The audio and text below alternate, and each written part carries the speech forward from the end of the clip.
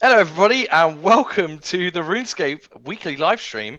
I'm kind of here as a stand-in for Mod Hooli, which is a wild ride. It's been a while, but more importantly, there's some actual stars here, and these are the people who have helped bring to life the incredible end of the desert storyline that we've been telling for over 24 years, Eclipse of the Heart. And with me today, I've got two amazing JMod guests and an extra special one below.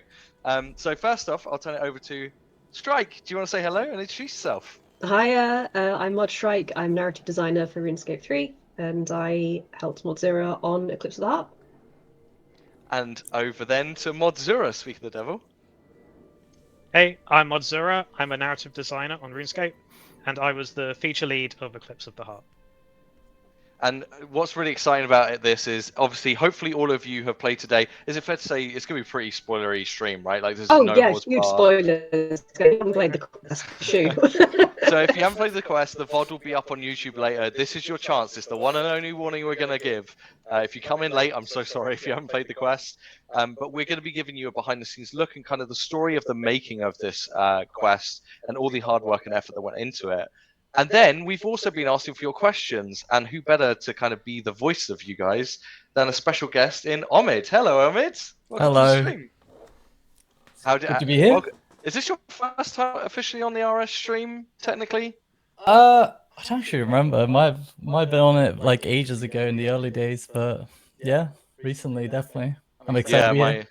Yeah, we're really excited to have you here, and Omid's going to be kind of channeling a bunch of your questions, throwing in some of his own, probably talking about that resurrection, I bet, after watching your stream.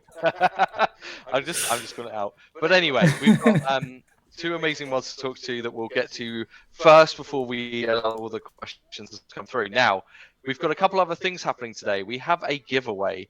This is something new we're trying out. We're going to try a format for it. So if there's any bumps in the road here, bear with us. But our first giveaway is coming right up. We are going to give away one bond to 10 lucky winners for being here with us today. All you got to do, go over to discord.gg/RS or go to the RuneScape Discord if you're already a member. Go to the top of the channels, you'll see a giveaway channel. Post in there, the instructions are on the channel, and you'll be entered. And in 10 minutes, we'll be drawing 10 winners of one bond. So we're not paying for you to be here, but we want to say thank you for being here. So it will give you something to enjoy and help your skilling adventures. Right, without further ado, we've got through that. So I'm going to go hand over to Zura and Shrike. Let's go behind the scenes. Where do you want to start? Right, we're transitioning to 3, 2, 1. What have we got here? We've got some concept art, we've got some behind the scenes notice, and then we've got some bugs and bloopers. But let's start with the concept art. We've got that up here already. I'll move this over so it's not being covered. One note for our chat. We have a technical issue with our piece of software. Originally, we always joked it was my internet when I was hosting. Appears we have an issue with it. Apologies if it takes a while to buffer in. We're going to work on this. Sorry, it's a little bit lackluster. It's something we're going to work with our creative services team on fixing. But it looks like it's an issue with our software. So apologies in advance for this being a little bit player avatar refresh showy like we did about a month ago. But we're working on it. It'll be fine. Caveats. Great caveats. Let's start with. I think this concept art's I think my favorite one on the board at the moment. This one's from Gate of Elidness, and this is Elidness, who we haven't seen in game properly before. This is Mod Fox's take on her, and she's gorgeous. I love her so much. What's with the mother, not mummy part? Don't worry about it. Don't read that. Don't look at that. Oh. Yeah, she looks good. This is the first time we're seeing her, right? This is it. They again for Gate of Elidness. If you scroll over to the side, Hooli, you'll see concept for the gate statue that we did. And then to get the gate statue, we had to figure out what she looked like in the first place. So we had to get her properly concepted up. It's like, right, this is what Elidness looks like. We have got a version of her in her animal aspect as well, but I don't think Mod Fox wants to show that one. Zero. I'm not quite sure where that one is. Yeah, that one we left out for now, but I didn't want to show the Elidness concept art because that's one we've not shown before. Yeah. So I thought it'd be nice to see what human Elidness actually might have looked like. Yeah. I've been really keen to show this one ever since Gate of Elidness. It's been ages. But yeah, no, that's the first one we've got going there. I forgot what else we got on the board. What else did we put? Oh yeah, and then the Blood Moon version there. Yeah, then obviously the corrupted version. Oh, yeah. Yeah, we wanted to That's show off the such a- litness. I was gonna say that's such a badass transition, the Gate of the Lidness encounter where she just like pops open into her Yeah. like blood form. Our animation team had a lot of fun with that. She's got Yeah. some bespoke rigging to do that kind of really nice, smooth transition. They did a lot of kind of behind the scenes tech work to make that work. And yeah, it turned out really, really cool in the end. Also, did we know that Elidness has an animal aspect? Or... Yeah, they all do. Okay. Is the hippo, because she's the river. Oh, okay. I did not know that. Yeah, you did not. Does Timican also have an animal aspect? Timican is the falcon. Oh, okay. I did not know these. Kind of drawing on like the sun god Ra. Okay. So he's the falcon, and then Elidnus is the hippo. Crystal also didn't know that, by the way. Did you not? In lore bombs, I think. Well, there you go. Right, let's go. Since you don't remember what's on here, this will be a nice surprise of What have we got? adventures. Yeah. Scarabus. Oh yeah, this one was from Beneath Scarabus' Sands, wasn't it? Yes. You want to take over on that one then? That was your quest. Yeah, these were some of the earliest concepts of him, including even some scribbled down in a notebook. Some really cool shape language ideation in the very early days. This is from D. Barker, isn't it? Yeah. He's very good at doing like shape language scribbles. You'll see some from a mascot in a second, which are very cool. And then this is how he developed. Yes. This was the early one when we were still deciding on his color scheme. I really love that darker version, number C there, like evil Scabrous there. It's really cool. I think Scarabus is probably my favorite character in the Desert storyline, so it's really good. He's quite fun, isn't he? He turned into a bit of a mastermind in the end. Yeah. The only one who didn't get corrupted and the one who was playing 5D chess all the time. All right, so we can move across on. Here's another iteration as well. I think this is the final version coming up, so you can kind of see how it developed from like the shape language to the colors to the final model, and then this concept art is what gets given to character to build the model, and then that model gets sent to animation to make it move. So that's kind of like how the process works. But this concept stage can take quite a while for back and forth and making sure it's the right shapes and the right colors and supporting the story in the right way. It's a lot more complicated than it looks. How many reviews do you usually go through, like back and forth between you and the art team when it comes to stuff like this? Just until it's ready, and until it's ready, it can take a few weeks sometimes, depending on how much stuff already exists. It's definitely not a case of concept art comes up with an idea and we go, great. There's a lot of back and forth and a lot of integration between the teams to make sure we're saying the right things with the art. It varies between characters. A mascot definitely had the most out of all of them. I think Het had the least. Atmacon also, we found a good one pretty quickly. So Atmacon also didn't take too long. But we'll get to them very quickly. Yeah, because I think because a mascot's a hero character, because a mascot is a boss character as well, like she had to be right, and that takes a lot of refinement. Right, I'll move on to the next. Sorry, this is so fun because I'm just getting to see Omid asking you guys questions and getting to listen to answers. I'm usually so focused on the hosting, I'm getting lost. Oh, nice. I haven't got chat up at the moment, so if someone could be saving those questions, that would be great. And then, Atmacon. We're blocking some of our left, so you might want to just scooch it over. Thank you. I'll zoom in more as well. I think this one's the most fun rework we did of the 3 we got in.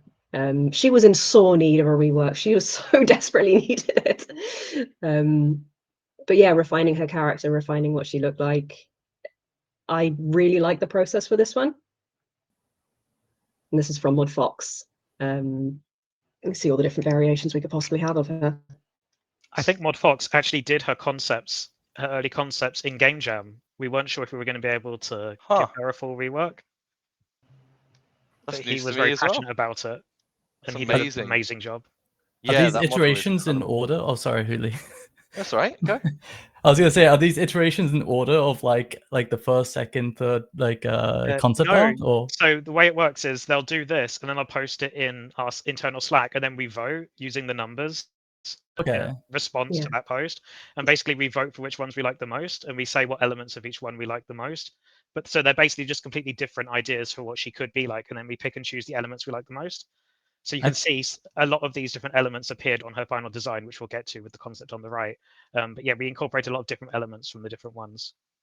Yeah, so these are kind of 4 different options of directions we could go, and then we kind of like refine it down, refine it down, refine it down until we reach the one that works.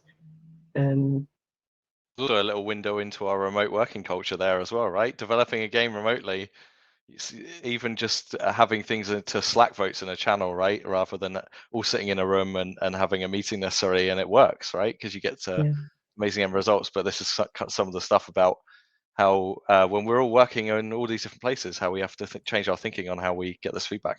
It's really cool. Yeah, it's a lot more asynchronous, but it works for us. And then over to the final version. She is. Ta-da. Yeah. Zero, I feel like you're being very quiet. Come on. Have some commentary. Sorry, I don't want to speak over the other people on the stream. But no, on the left you saw there were 3 different faces as well, because in Applicant's lore she would take on different primate faces. She had the wise monkey, the strong ape, I think, and the cheeky comical baboon. Well, I would have loved to have all 3 in Eclipse. What I decided on doing was saying that she just took the face of the monkey out of respect for the dead desert monkeys, because that was easier on art than having to make 3 different designs for her. But yeah, I remember when Mod Fox put this in the Slack chat, I was fixated on her abs and how detailed he made them.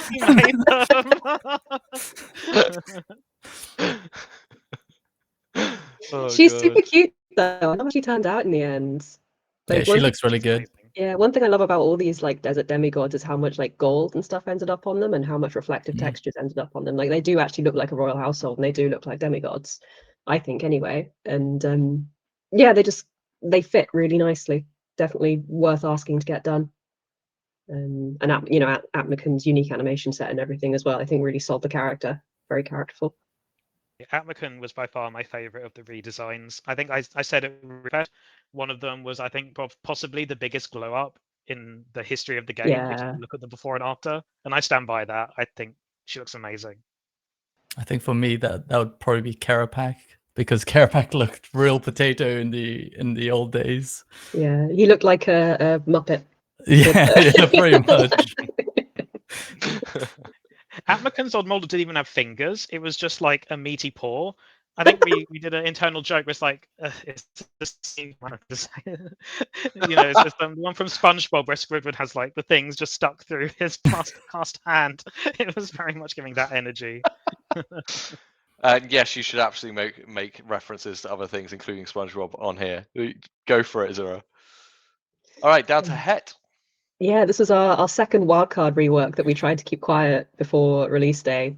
Jesus, one of the easier ones. Abs. Sorry, nothing. So you're in charge by the abs.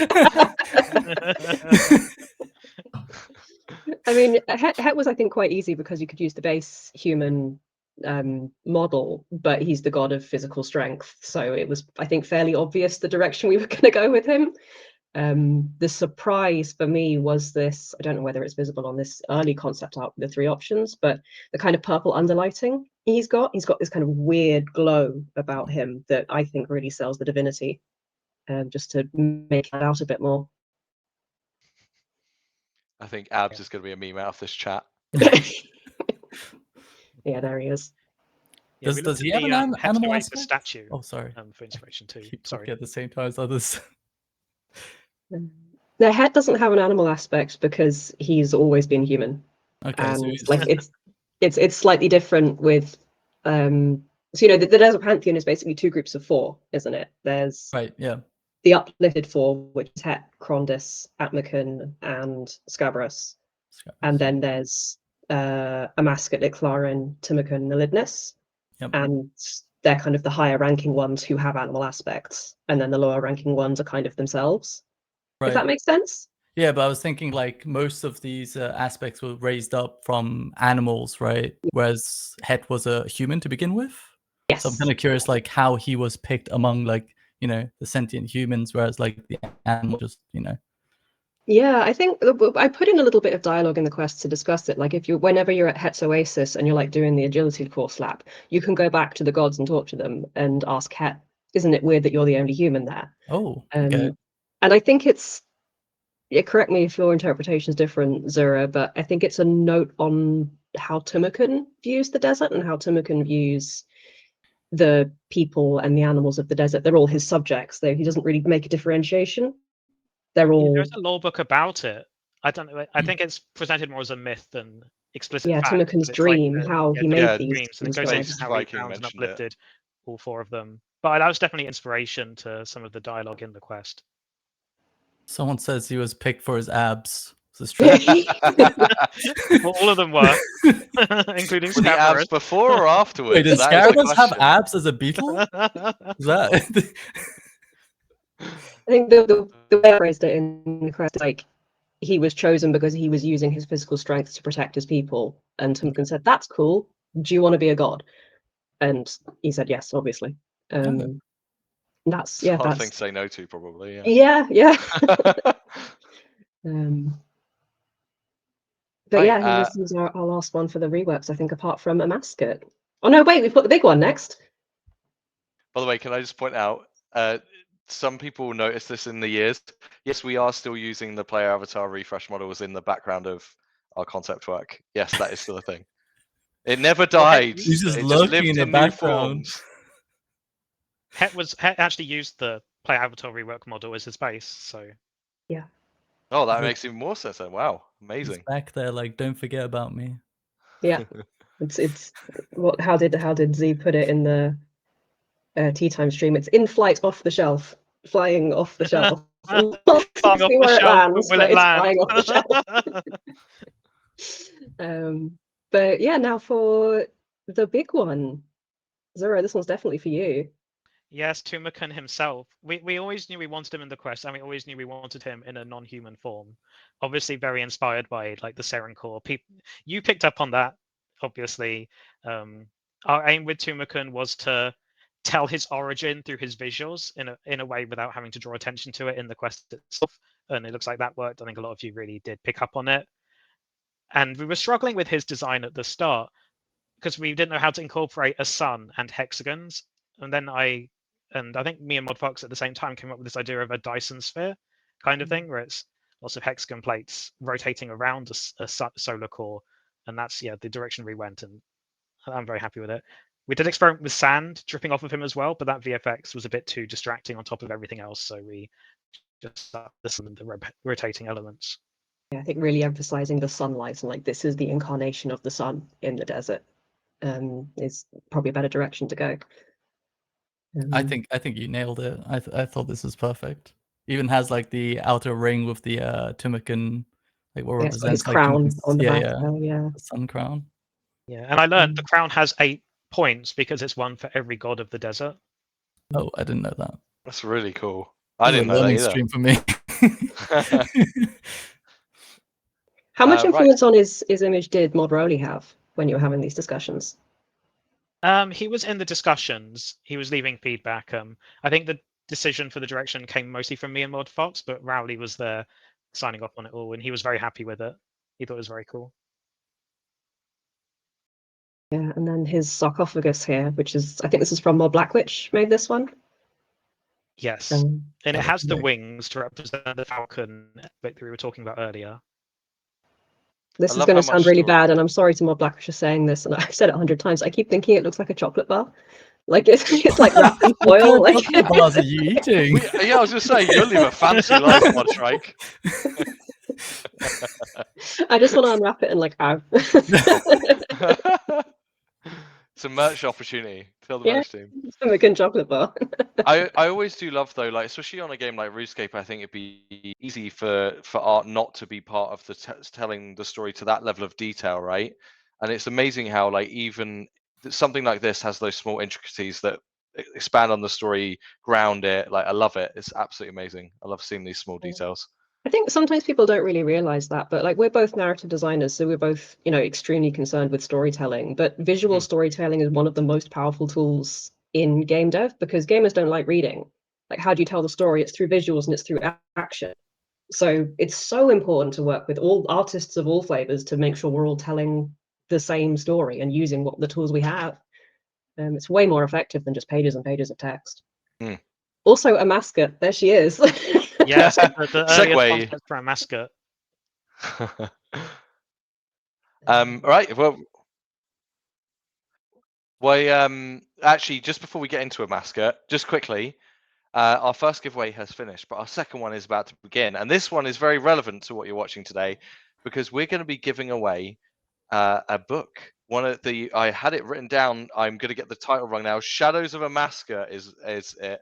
But we are going to be giving away a copy of Shadows of a Mascot to anyone who jumps over to the Discord and goes and checks out our Discord giveaway section at the top. It will have all the instructions to enter. If you just pop in there and follow the instructions, within the next 10 minutes, you've got until 35 jump in there, get it done. You could possibly win one of these new copies. So good luck. Nice little lore drop for you there. Right, so a mascot. Let's talk about a mascot. Let's do it. Yeah, this is more of those kind of early shape and color language explorations that we're talking about. It's like the very first stage where we get a bunch of different variations and it's thrown into the team and gone, which ones do you like? I think Barker was drawing a lot on kind of carceral cats, like this kind of short heads, desert cats. And then kind of going from there, really, how's she going to move? How's she going to look? The idea of her being really tall and really haughty and kind of looking down on you, down her nose, has always been there from the start. But you can see how all the different variations we had, and then eventually getting towards the final result. Yeah, we explored her having either black or orangey red fur at first. A lot of people said why wasn't her fur because there's a lot of lore about a mascot always having red hair in all of her forms. We did explore both, but in the end we decided that the black fur made her look more evil, which fit with her being obviously a big villain. It also makes her look more like Iclaren's sister. Yeah, exactly. I think as a compromise, she has these red streaks and like a red ombre in her braids. There's like, because there is a lore book somewhere that refers to her as red hair and handsome. So there's she's obviously been a redhead at some point. She does have black though, right? Yeah. That was the compromise point we reached. Like, okay, where can she have red hair? And that was the most obvious point. I mean, I think use hair dye or the blood of her enemies.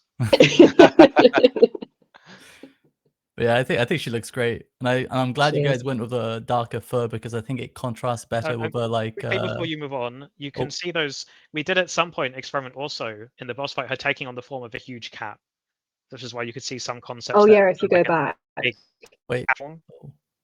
Obviously, we didn't go that direction in the boss fight. They just made her normal form huge, and and then she's obviously even bigger in the boss fight. I actually did. I think I mentioned this on the Discord. I already knew that we were leaning into certain things with a mascot's design. And when they said they wanted to make her humanoid form just massive, I was like, oh no, what are we doing? We're making a huge mistake here. I kind of like that idea. Well, that she takes she transforms into like a massive cat. Yeah. Yeah. We did when they didn't just making her humanoid form huge. Okay. But yeah, that was an idea we had. Snake-like, that was a big element of it. I really like the snake-like neck, even in her standard design. And then this is the final version. I think we showed this at RuneFest for the first time. Yeah. On the maid stage one. Another Mod Fox one, and then Mod Dragon did the model. Huge shout out to Mod Dragon. She looks absolutely fantastic. Yeah, absolutely. Right, so shout out to Mod Dragon as well. Actually, I hear you're watching in the chat as well. So you're awesome, Mod Dragon. Like seriously, it's so cool. Right, conscious of time because we've got to get to Omid's quiz at some point in here. So want to make sure we get through all your stuff. So what do you want to say about what we've got with the environments? Yeah, we've shown this before. Boss arena, cool Sauron-like, a mascot's eye, cat's eye pupil. We've been very pleased with that. We can move on to the next one, which I have a bit more to say about. This is one we haven't shown before. The next one. Oh, what?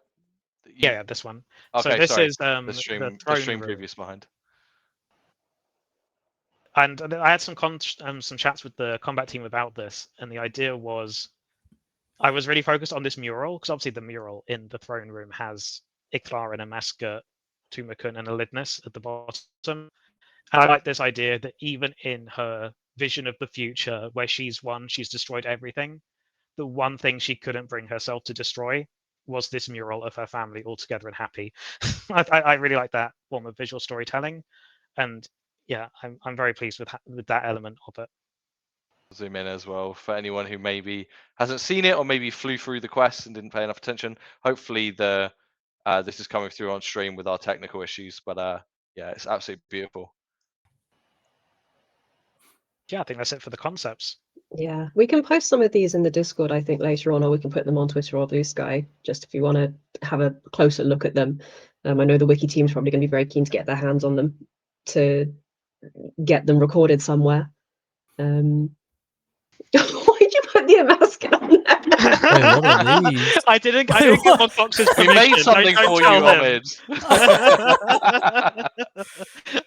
We're so good. We had a whole suite of emojis sketched out with one for each of the desert demigods. I don't know when we're going to release them, but we just came into our Twitch chat emotes. Is that when This one was my favorite. Nice. This was a funny thing I just wanted to share. Me and Mod Fox were trying to figure out how Amaska's earrings would work with cat ears. So I took some pictures of Mod Bennett, my cat, as reference to send to him, which I thought was quite fun. Because yeah, it's like, how do earrings work on a cat when their ear goes so much inside? But we figured it out. The earrings were an element of her design I really liked, because she has like the one for Tumakun and the one for Elidness. Yeah, so she's got the sun and the moon, hasn't she? Parents, sun and moon, yeah. What else have we got in this middle section? I thought this might be interesting to people. You can zoom out a bit. These are all of the early puzzle designs. Yeah. I made these on Miro, and you could move the pieces around. So I got people, including my family, to come sit down and move the pieces around trying to solve the puzzles. And that was how I figured out that the first set were too easy and had to make them a bit harder. But yeah, that was how we played around with the puzzle designs. I think they were so good cool. difficulty as well. I think they're very good. I think one thing that a lot of people probably don't talk about as well is that it was very fluid. You weren't like clicking on the puzzle, interacting with the puzzle, and waiting for it to happen before making the next decision. So very good puzzle. I'm very happy with how the puzzle mechanics went down. I think they ended up pretty good. We've got a fun blooper for the puzzles coming up in a second. We've got a few bits of blooper reel to finish up with before we move on to questions. So we'll get to that in a second. And then what is this? So I know it's this is potato quality. I'm not expecting anyone to be able to read it, but that is the original story plan I made for the entire Return to the Desert trilogy. If people are interested, I may drop some of this in high quality in the Discord later. So, but yeah, this was the original plan. All the way back to Ode of the Devourer? Yeah, just after Ode is when I drew up all of this, and it'll be fun if I do share it. You'll see how things changed a little bit, but overall, I think most of the key beats are still there. Yeah, I think that's it for the behind the scenes development section. I love how you see like 3 normal quests and then like Eclipse is just keeps it is longer than the other 2 combined, I think. So yeah.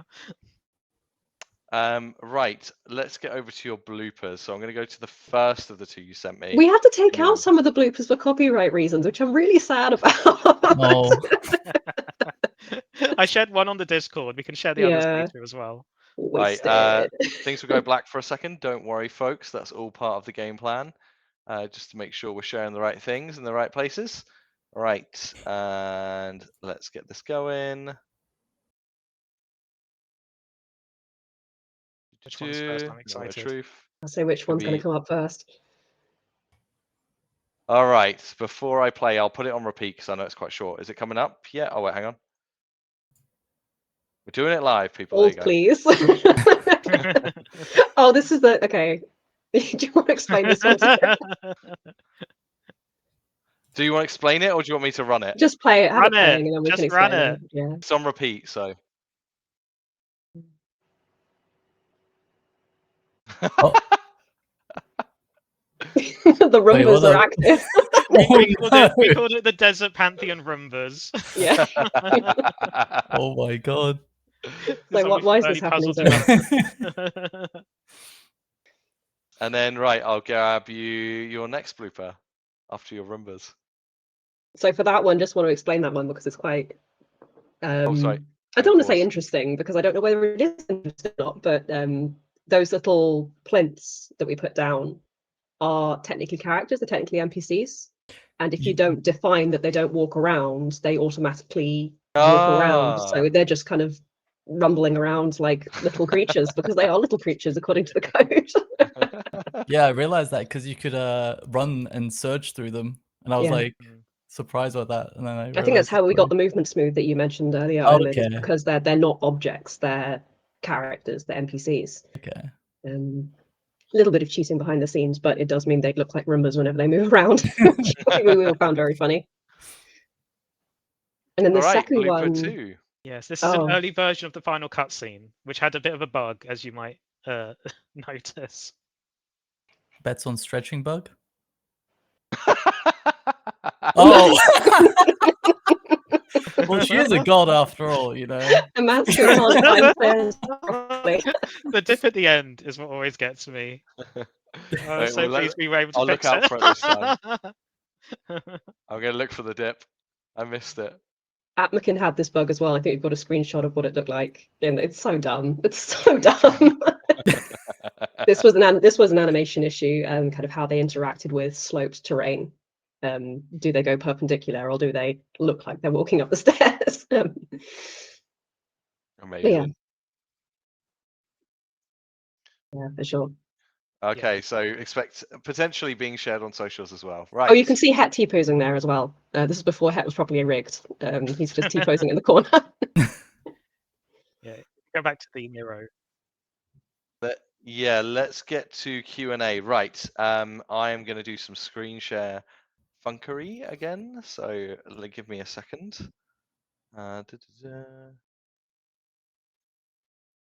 Back for a second, sorry, stream even.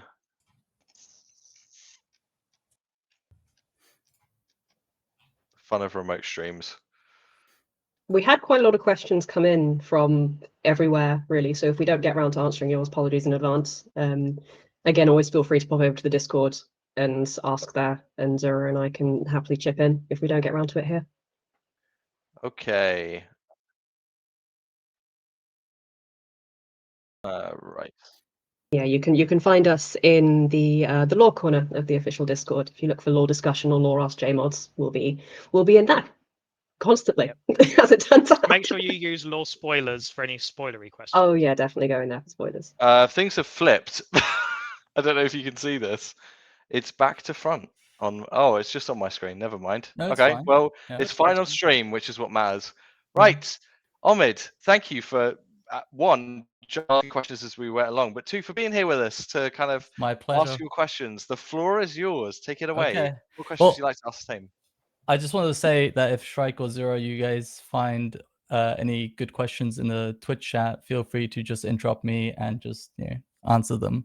But the first question I wanted to ask is, how was it working with various art teams for like voice acting, music, models, and environment? Do you want to go first on that one, Zura? I know you did a bit more than me on this one. Yeah, so it was really good. I think we've already covered with the concepts, the fun process of working back and forth with art. Eclipse, as soon as we started on the Return to the Trilogy, we knew that we would have to update a lot of the demigods, obviously.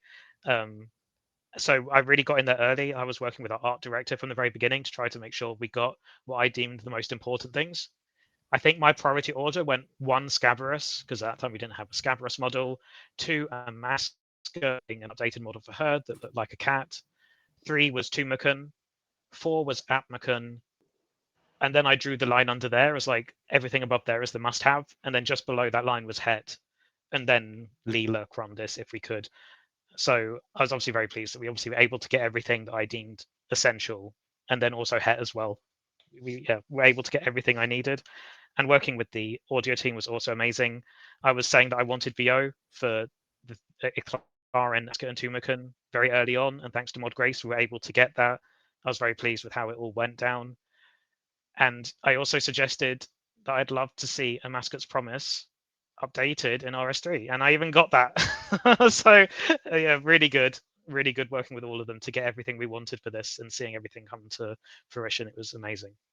Yeah, I mean, it's always fun getting to put your ideas to a visual artist or an audio artist, and they then have the spice that really brings it to life. It's one of the most fun parts about making these kind of updates, for sure. Yeah, I think I was blown away, especially by it's crazy how much like the voice acting and the music in this quest definitely like made a emotional impact on what was happening and what was being said.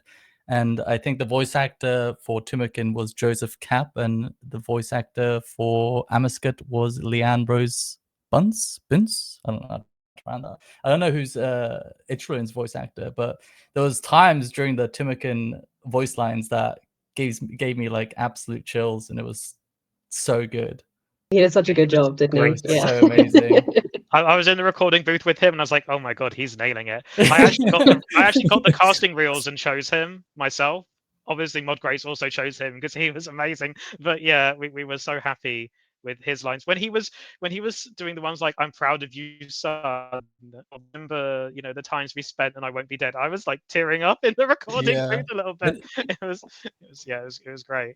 Also, when he was talking about like Zaros as well, you could really like hear his anger and frustration. It was just, I don't know, it was so good. He's also one of my favorite voice acting performances in another game. So I was like listening to his voice, and I was like, I know this voice. And when I found out, I was just like, until I saw people talking about it, I'm like, oh, I was in the recording booth when somebody who voiced for that game was also voicing my dialogue. That's quite cool. Yeah, it was amazing. But on Amascut's voice actress is the same one from the Tombs of Amascut trailer several years ago, which I thought was really fun. So it's another bit of cross collaboration with Old School. I didn't know that. Yeah, she was amazing as well. Absolute chilling in performance. Who was Ichruin's voice actor? The same one he's always had from like Resume Death, all of his previous. I don't know his name off the top of my head, but okay. Yeah, it was the voice actor he's always had. Okay. So moving on to a next question, just a random one. One that I really want answered. It was heavily implied, almost confirmed, that Timokin is Zaros' cousin, meaning that Timokin was a creation of an elder god. Is this true? And is it the same for Elidinus? I mean, it's almost, you guys basically confirmed that it was. I mean, yeah, if you go back to the concept art, we did try and make it very obvious. Yeah, it was very obvious. Yeah, is it worth saying out loud? Yeah, okay. We decided that Timokin is a creation of Jas, the elder gods. Jas, kind of analogous to Zaros and Saren being the creations of Ma, so like sisters, cousins. It's crazy that he's always been present in the story, but we've never known that. Right. Yeah, I mean, it was a great opportunity to finally dig into his character because he's one of these kind of background powers, and this god emperor, another god emperor who Zaros was locking horns with quite early in the Second Age or late First Age, and we've never had a chance to know anything about him. So this was our last chance, really. So we figured we might as well dig into that while we could. The plot twist of him being elder god spawn, that came from Zura. Oh, okay. Yeah, I didn't like it to start with, but I feel like it was good in the end. I think it was good. It was also a good justification of like why he's so powerful, right? And how he was able to like defend the Zarosian empire. Yeah, and what he did to the desert in the end as well. Right. Like that's a huge show of power. And why did he do it and how did he do it? This is a bit of a reasoning behind it. And there were always those similarities because when the desert storylines always had you collecting fragments of Timokin, and that was always very analogous to how Saren and Zaros also had parts of themselves that they had to reincorporate and stuff. So there were always those links there that made it seem like quite, I wouldn't say obvious, but it made sense. As for Elidinus is an ascended human. She is not a creation of an elder god. If you read the lore books that we released for, I think it was Ode of the Devourer, they go more into the creation myth for Elidinus herself. Yeah, and there's a lore book with Gate with the Gate of Elidness as well. That's from her perspective. So she's an ascended human. I think it's a nice note about how Tumakin is very different to Zaros and Seren in that he fell in love and he married this woman. And for all intents and purposes, it was a very successful marriage until he nuked the desert for reasons. So there's considerable differences in his personality and temperament to the other transcendent gods that we have in game. Okay. Well, sorry, I just need to jump in for a second. Just so you know, any second now, Mod Hooli, who's you may have heard slightly as the voice of production earlier in the stream, has been supporting us on the side of the stream and kind of keeping this all going.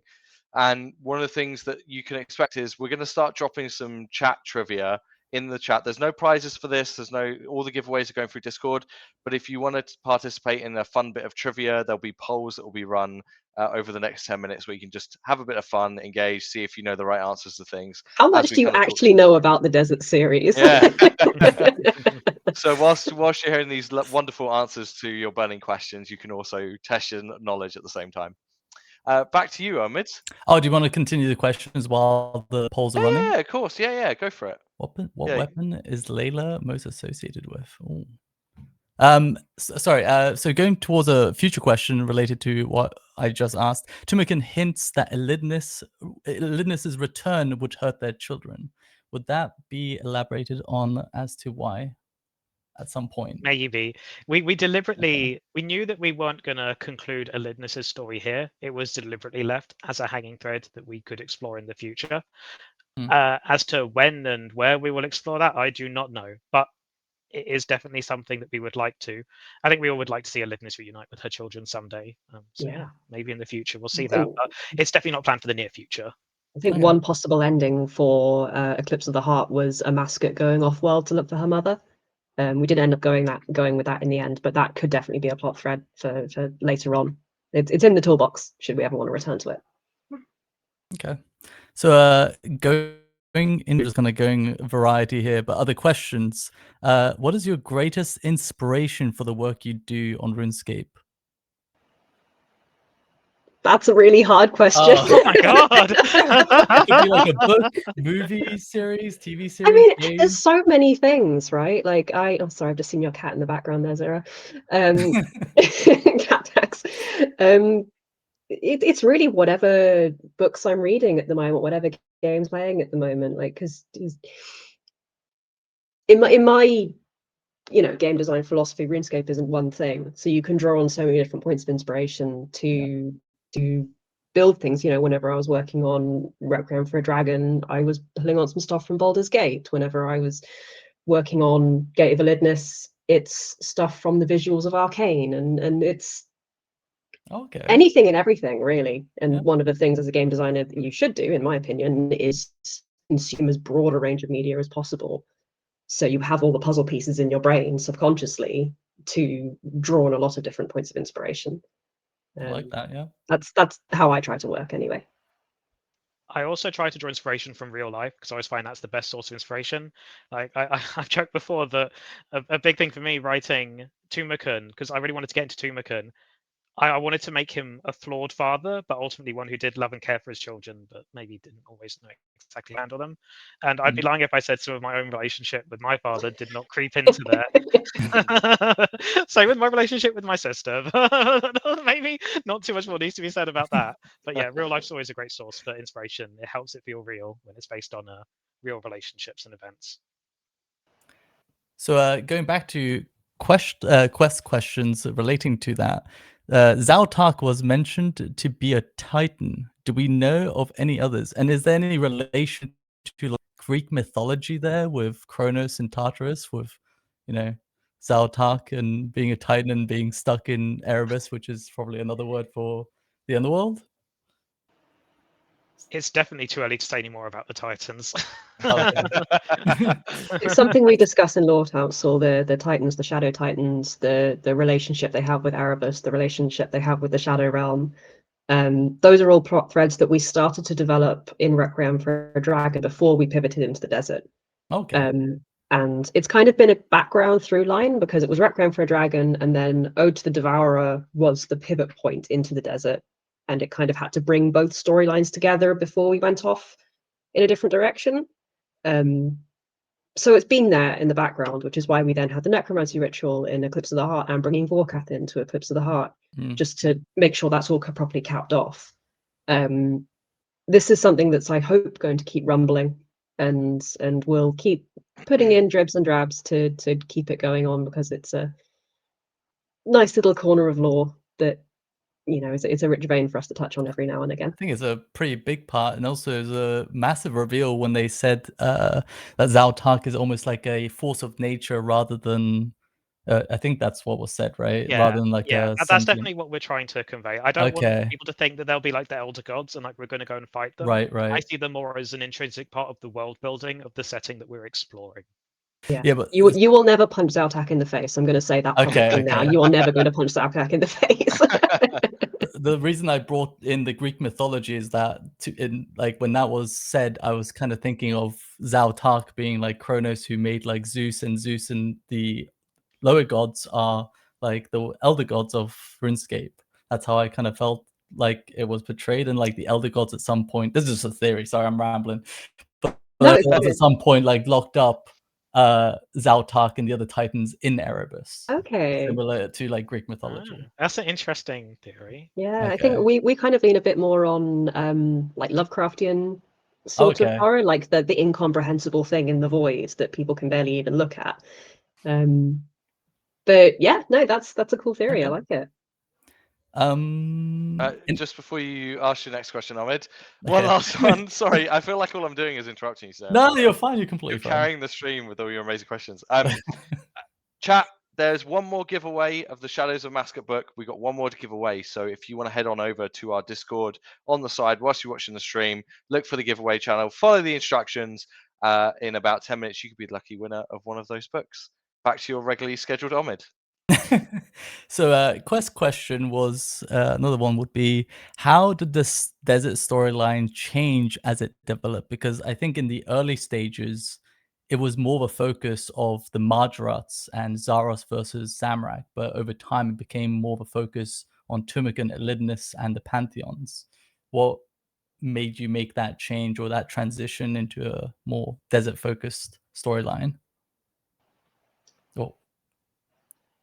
This is a complex one. So the position me and Shrike are in is that we kind of came in at the tail end of it. Oh, okay, sorry. So yeah, Rowley knows a bit more than that. We were kind of taking on the flame from Rowley, but I know that originally the desert was quite disjointed. A lot of different stories without much clear focus. Rowley did a lot of work from Dune of Evil onwards into Menethos to make it a bit more structured, but obviously there were flaws with Menethos and how it was able to deliver its story. So then we come in and we take what Rowley had planned and mostly set out to do, and the themes he established and elements he added, and we try to iron those out into a conclusion. Okay. Yeah, it was challenging. I mean, I think you guys did a great job. So yeah, think of it like a relay in terms of like different devs working on it in different times, and we're passing on the story from person to person to person, and maintaining the themes as best we can as time goes on. It's going to naturally evolve, and it's going to naturally shift as the game shifts. But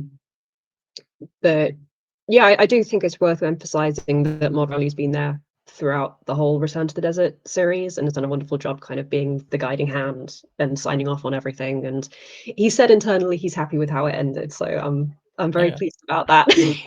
He's happy with what we did, so yeah, that's a relief more than anything. So I think this is probably the biggest question that I've been asked to ask, and it is, since now we have a animated cattail. You know why I'm doing this? I'm not seeing this on my list. Yeah, I purposely didn't put it on the list. Are players eventually going to be able to get one themselves? Hello? Sure, why not? I guess. He is off screen. I was gonna ask how much you're willing to pay for it. No. Never have you asked a more pure off-script question as an extreme guest than that, Omid. I did not know where that was going. I see you just like looking for it on the board. A moment of panic there, like, wait, that's not on the list. What am I doing? Probably sure, if players want to wear cattails in game, we can let them wear cattails in game. Put it in Discord. Go for it. Why not? I'll pay 10 bonds. I'm all in. Let's not go down this road, everybody. We're going the opposite way. So this is a question from Discord. Were you in the questions? Were you implying that Ichran used to be a user of necromancy and something changed after the fact to make him hate it? Yes. Yes. Next question. Oh, is that it? Okay, all right. I think of it as relating to Intimukun's memories. There's a point where Timucun describes what Ictharin did to be banished, I guess, to the underworld, and how he was getting too full of himself and he was arrogant and he was using his power to show off. Okay. Maybe it was necromancy. Maybe that's what he was doing. And he's kind of renounced it ever since. One of the things I really liked about Eclipse is that he managed to get his hero moments of like showing that he is a master necromancer. He does know exactly what he's doing. And he's chosen to go, no, I'm not going to do that. His slight concern about the player becoming a necromancer is something I found really funny, kind of throughout the whole necromancy storyline. So getting to show off his mastery of it, I think, is a really cool note about his character. All right, so we got a couple more minutes. If you got a couple more questions, so we're running out of time already. I know. Only asked like half of them. So other questions. I've been asked by production, aka Mod Hooli, doing a wonderful job. Just to remind you, there are poll questions up. So if you're participating in the test yourself and do you know as much as you think you do about the Desert Quest series, there are questions over on Twitch chat as a pinned poll question. So go see if you can be successful. No prizes, just cred.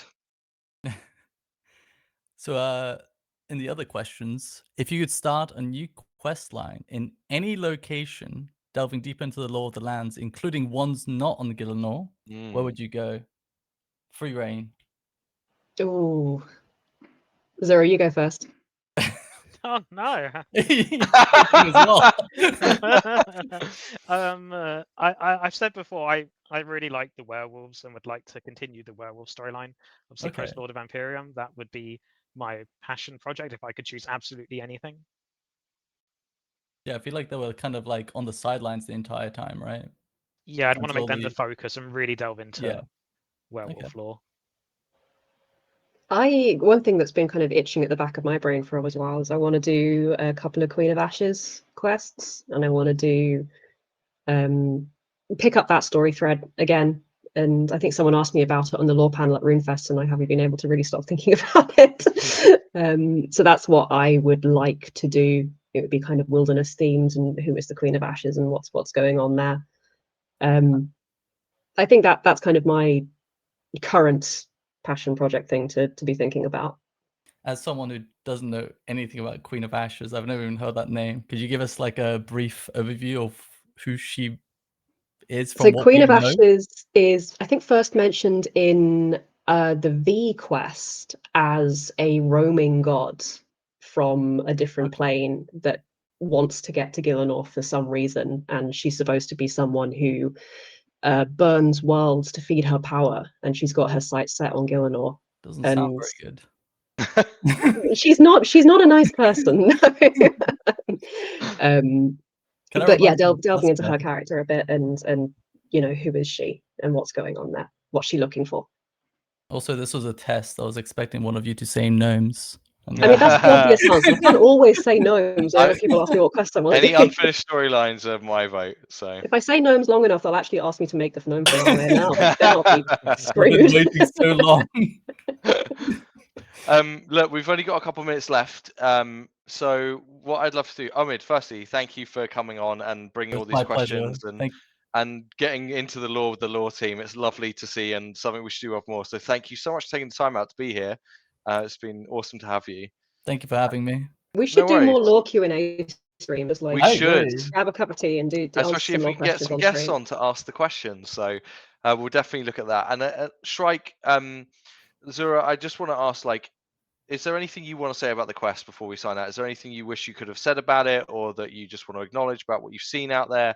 Just want to give you a little moment to kind of have your celebration of, from what we've seen here at Jagex, seems to be something you've really enjoyed, and we hope you have, because it's the closure of 24 years of something quite special. So yeah, I mean, it's been, I won't say burden because that makes it sound negative, but it's definitely been daunting working on something with such huge expectations and that is so meaningful to so many people. A lot of people have been playing this series for a long, long time, and they're very emotionally connected to it and the game and the characters. So concluding it was very daunting, and I've always taken that very seriously. It's a thing of aim for the stars and you'll hit the moon kind of thing. I didn't just a decent finale. I wanted people to be like, this is one of the best quests we've ever released. This is the finale this storyline deserved. This is the best of all of the desert quests. That's what I was aiming for. And seeing everybody's reactions to it, maybe it didn't hit that good, but seeing how much people have enjoyed it and how much it has met people's expectations and has resonated with people, making people emotional, making people feel such strong emotions, it's meant a lot to me. It's been so wonderful to see that. And yeah, just now I need to focus on the next thing. I will try to take a moment. I'm a bit of a workhorse, but I'll try to take a moment to revel in it just a bit before jumping into Haven Height. I just want to share. Have you got chat open, Zura, by any chance? Yeah, I do. Okay, I was just gonna say you should absolutely look at some of the people responding to you, saying that what your target was, and not feeling like maybe it was there. Like, there's some lovely comments in there. Thank you, chat. By the way, we embrace criticism so much at Jagex and critique that we can learn from and everything. It's always nice to share when you love something and we've just hit. So thank you so much for those. It's lovely to see that in the community. Shrike, your time now. Anything you would like to say? I mean, I found it very cathartic personally, because the last big Grandmaster quest I made was Extinction, and that had a very rough release day. So seeing this one go down so well and seeing a stonkingly positive reception, it's probably the most positive reception to anything I've contributed to. And yeah, seeing people get emotional about it, seeing people get really into it and believing in the story and like letting it carry them through. It's been wonderful. It's been really, really wonderful. I know I'm incredibly grateful for people who have taken the time to go in and enjoy it. I'm one of those players who I remember playing Prince Ali Rescue back in the day, and I remember, getting back to those very, very old quests. It feels very surreal to feel that we finished it, and we finished it in a way that people liked. That's awesome. I'm very, very happy with that. I think there's a lot, like, unless I'm remembering one being slightly in 2024 and my brain's let me down, this was also the third of 3 quests in a year, right? Like, from early this year to the end. Yes. Especially for you guys. Yeah, I mean, even that is an achievement in and of itself, to then end it in a way that people are giving this feedback. Like, it's lovely. Before we shut the stream, I do want to give a shout out to the wider Lore Hounds team. It's been myself, Mod Zura, our wonderful QA, Bug Spray and Fallen, and Mod Spyro, our producer, like our team of 5, and then we had Mod Stu as well. Obviously the ineffable Mod Stu, who we all love and adore. We've basically been working on quests pretty much solidly since Requiem for a Dragon, with various team changes and some minor things, but we've basically been churning out quests pretty solidly for 18 months now. And I am very, everyone. I think we've done a really cool job. We've contributed some really fun stories to the game, and it's this is a great one to I don't want to say cap things off, but it's a wonderful kind of high point for us, and we're all very happy. RuneScape quest will return. Yeah, sorry, this is the last quest of the game. Bye. So, look, I need to wrap things up now. But to all of you in chat, thank you for joining us. Thanks for having a fun time. I hope this was enjoyable for you. Thank you, Shrike. Thank you, Omid. Thank you, Zura, for taking all the time out to come on here. We'll definitely have to do some more of this as well. I'm going to give last word to Omid, where we'll hand over to you, Omid, to sign us out. So I just want to say that as mainly a PVMer and someone who enjoys quests, I think quests like the dialogue, the voice acting, the music play such a huge part in the enjoyment of PVM. So like, for example, like Karapak, one of the reasons Karapak is like one of my favorite fights is because of the story, is because of the narrative behind backing it up. And I think Amaska is going to deliver the same thing. It makes the fight just much more enjoyable and epic and immersive. And for people that are wanting to engage with the content, I hope everyone gets out there. You know, there's so many Discords like PVME Discord, RuneScape Discord, Amaska Discord to find teams. You know, you don't need to be the best PVMer. You don't need to even go in with the intention of like successfully killing the boss. Just find a group, make friends, do the boss, have fun, make memories, you know. And that's what I wanted to say. Thank you. Lovely. And well said. So, but just before we end, it is worth saying a Mascot's release obviously is coming on Monday. There is not long to wait. We will be back here on Twitch at 1:30 p.m. BST. That's 12:30 game time on Monday as we set up for the world's first race. This is an exclusive difficulty mode, the equivalent of 2,000 in Rage, where you will be facing off or watching the best facing off, if it's not for you, against a Mascot in a really tough manner, especially on 2000 in Rage, to be learning mechanics on a very mechanically heavy boss. It's going to be a lot of fun. If you are waiting for that experience that Omid was talking about, grab some friends, have some fun. That's here for you too. As of 6 o'clock that day, you'll also be able to jump into normal mode, regardless on if we've had a first kill on race to world first mode. So Monday evening or Monday afternoon, wherever it is for you in the world, maybe it's even Tuesday, depending where you are, get ready. There will be a chance to hang out and go have fun trying to kill a boss on normal mode too. It's not all the hardest core stuff. But until then, we'll see you next Monday here for the Race to World First stream. Until then, goodbye, everybody. Thank you. Oh, I just got in my ear. I completely forgot because I was too busy outroing. We're also going to raid, and we're going to raid Cash Stack. So we're on our way over now. Let's go take a look. See you soon. Bye.